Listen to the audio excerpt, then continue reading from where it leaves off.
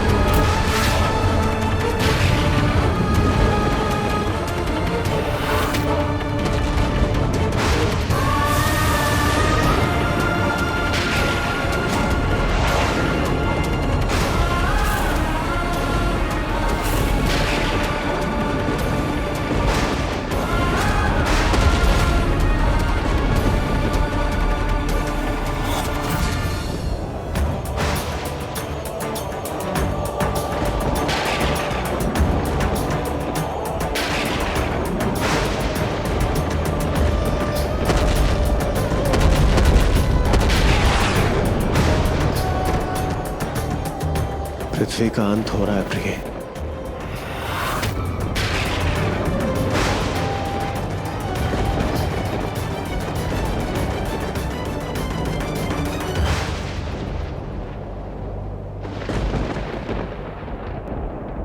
स्वामी,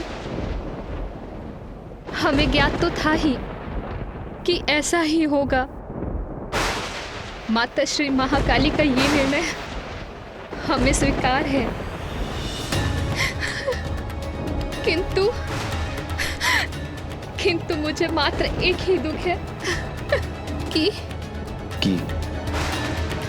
कि कुछ अंतराल के लिए हमें एक दूसरे से विलग होना हो। किंतु स्वामी,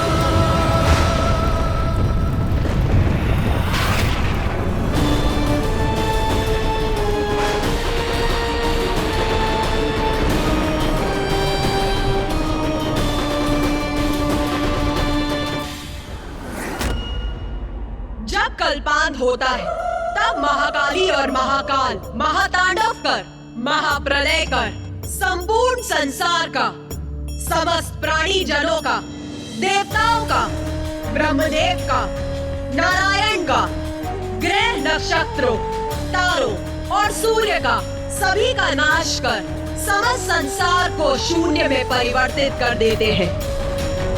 और उसके बाद मैं पुनः एक नवीन संसार की रचना करती हूँ और फिर मैं अपनी महाविद्या रूप धारण कर पुनः संसार के पालन में जुट जाती हूँ और ये प्रक्रिया संसार के अनंत क्रम तक निरंतर चलती रहती है।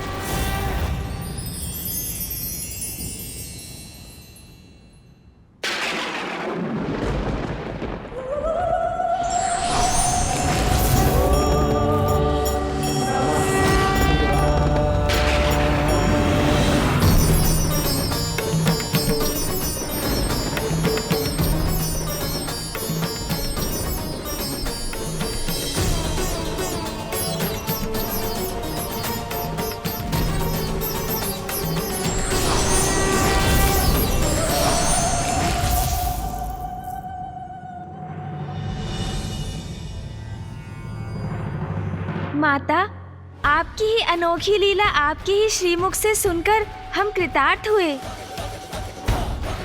आपने अपनी 10 महाविद्या स्वरूपों का वर्णन किया और मैंने आपसे अनेक प्रश्न पूछे। उसके लिए मुझे क्षमा कीजिए माता। किंतु जो भी आपकी लीला का साक्षी बना वो धन्य हुआ माता। और अब ऋषि मार्कंडे आपके स्वरूपों की महिमा विस्तार से लिखेंगे। जब माँ में परिवर्तन आने लगा तब मैं बहुत चिंतित हुआ था।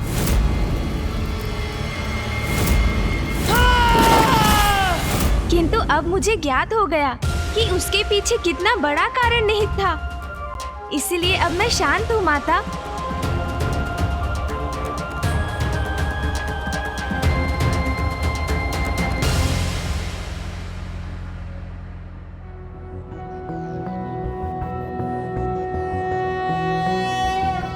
रक्ताब्धिपोतारुण पद्म संस्थानां पाशांकुशेष्वासशरासि बाणां शूलं कपालं ददतिं कराब्जै रक्तां त्रिनेत्रां प्रणमामि देवी।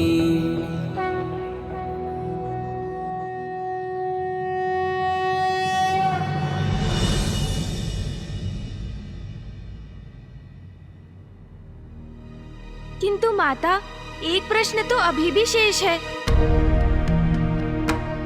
आपने अपने प्रथम रूप में माता मातंगी का ही स्वरूप क्यों चुना, जिसके परिणाम स्वरूप हम यहाँ तक पहुँचे? गणेश, मेरा कथन अभी समाप्त कहाँ हुआ है? मेरे मातंगी स्वरूप के तो अभी और भी दायित्व शेष है। तो माता, कृपा कर हमें वो दायित्व भी बताइए। हाँ माता।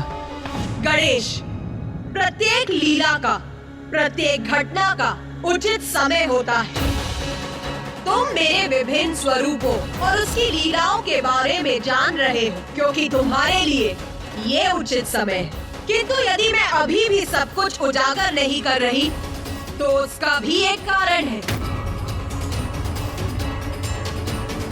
देवी मातंगी के अन्य दायित्वों के विषय में तुम्हें अवश्य ज्ञात होगा गणेश, किंतु उचित समय आने पर। स्मरण रखना गणेश, मेरी लीला अभी संपन्न नहीं हुई है, वो अभी भी शेष है।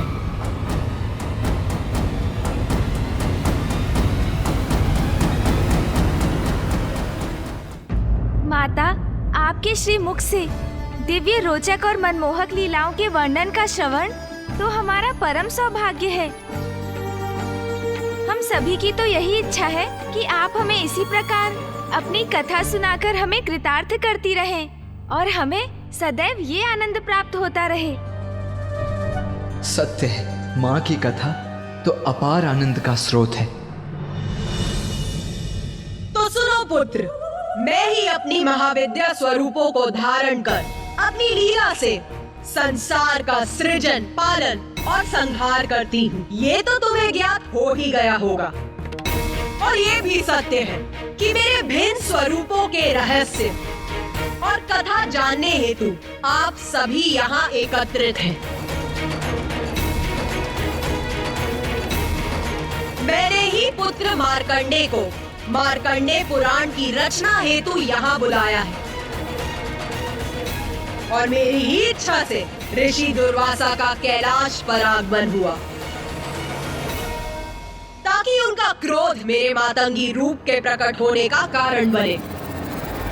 अपने भक्तों के प्रति आपका यह कैसा अनुचित व्यवहार है महादेव? यदि ऐसा है तो आप किसी निर्जन स्थान पर वास क्यों नहीं करते, जहां निर्विघ्न आप एक दूसरे में रमे रह सके? माता, मैंने अपने क्रोध के अतिरेक में आपको और महादेव कितने कठोर वचन कह डाले, जिसकी ग्लानि मुझे सदैव रहेगी। माता, मैं आपसे पुनः क्षमा मांगता हूँ। हमें क्षमा कर दीजिए माता, क्षमा कर दीजिए। किंतु ऋषिवर, आपका ये कथन कि आपका क्रोध सदैव संसार की भलाई का कारण बनता है सर्वथा सत्य था और इस बार भी ऐसा ही हुआ। ऋषि दुर्वासा, आपका कार्य अब यहाँ संपन्न हुआ। अब आप अपने आश्रम प्रस्थान कर वहाँ तप और ध्यान कीजिए। जो आज्ञा माता। ब्रह्मदेव, नारायण, देवगण, आप भी अपने लोक लौटकर वहाँ की शोभा बढ़ाइए। जय माता श्री महाकाली।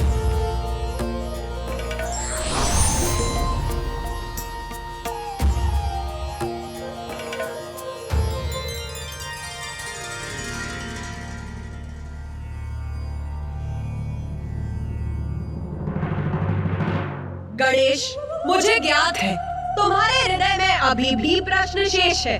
अपने प्रश्न पूछो पुत्र।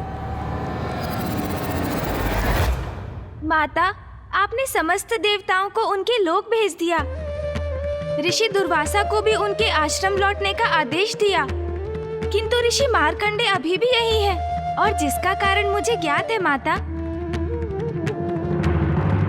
तो कहो, क्या है तुम्हारे अनुसार उनके यहाँ होने का कारण? माता, मार्कंडे पुराण की रचना के लिए तो उन्हें आपकी संपूर्ण लीला ज्ञात करनी होगी ना? तो अभी आपका ये रहस्य उजागर करना तो शेष ही है कि आपने सर्वप्रथम देवी मातंगी रूप क्यों धारण किया। गणेश जी का कथन सर्वथा उचित है। मुझमें माता की लीला के इस रहस्य को लेकर जिज्ञासा अभी भी शेष है। माता, आपने अभी तक हमें ये भी नहीं बताया कि आपको देवी मातंगी और पिताश्री को मातंग रूप क्यों धारण करना पड़ा, और फिर देवी मातंगी से माँ कौशिकी और स्वयं आप श्री महाकाली का आविर्भाव भी तो हुआ। हाँ माता, अवश्य इसके पीछे भी कोई ना कोई बड़ा कारण होगा, क्योंकि आपकी प्रत्येक लीला के पीछे कोई ना कोई महान उद्देश्य अवश्य होता है। पुत्र गणेश, पुत्र कार्तिकेय, तुम दोनों के प्रश्न तो अनंत हैं।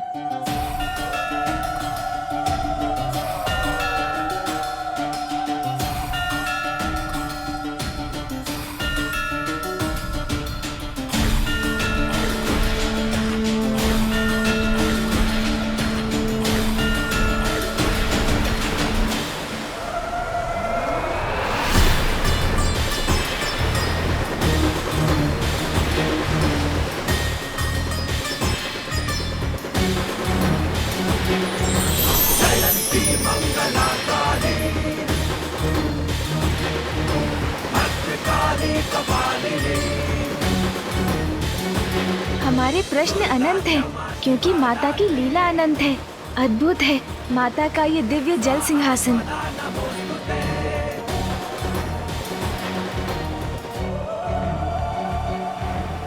पुत्र गणेश, यहाँ आओ, मेरे निकट आओ पुत्र। जी माता।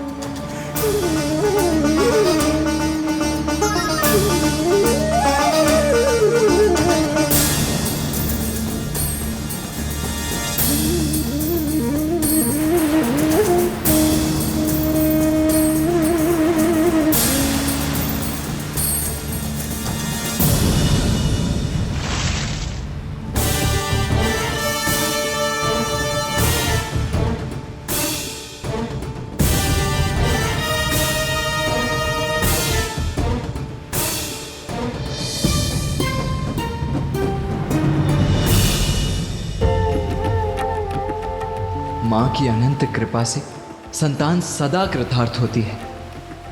धन्य है श्री महाकाली, धन्य है माता। पुत्र। माँ,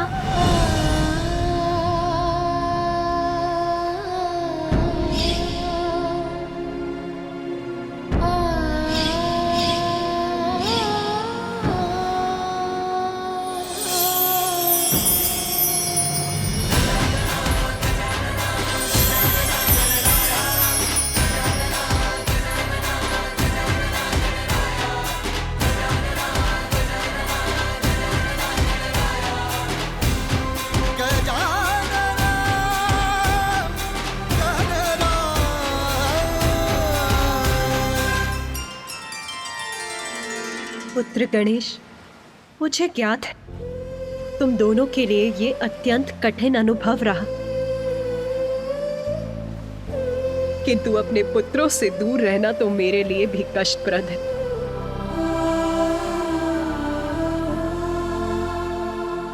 माता कितनी भी कठोर क्यों न प्रतीत हो, किंतु उनका हृदय संतान के प्रति कोमलता से ही भरा होता है। माँ, आप कैलाश कब लौटेंगी?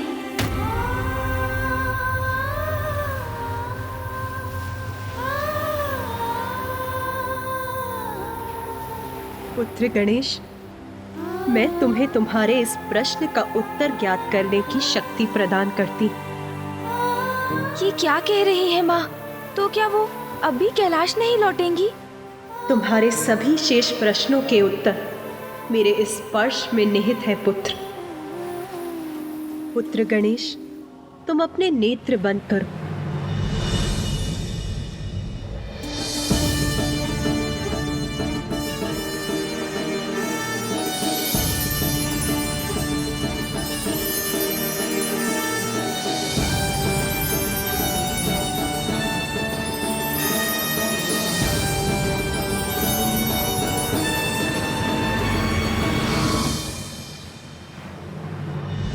पुत्र गणेश, अब आगे की संपूर्ण कथा तुम स्वयं कहोगे पुत्र।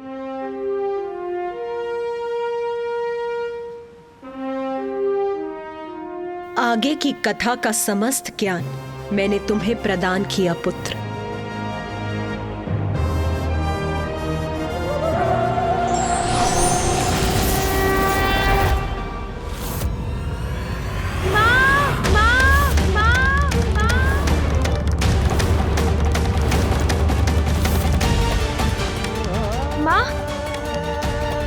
माता अभी तो यहीं थी। माता! भैया, माँ क्यों चली गई और कहाँ चली गई? माँ के इस प्रकार लुप्त होने के पीछे क्या उद्देश्य है भैया?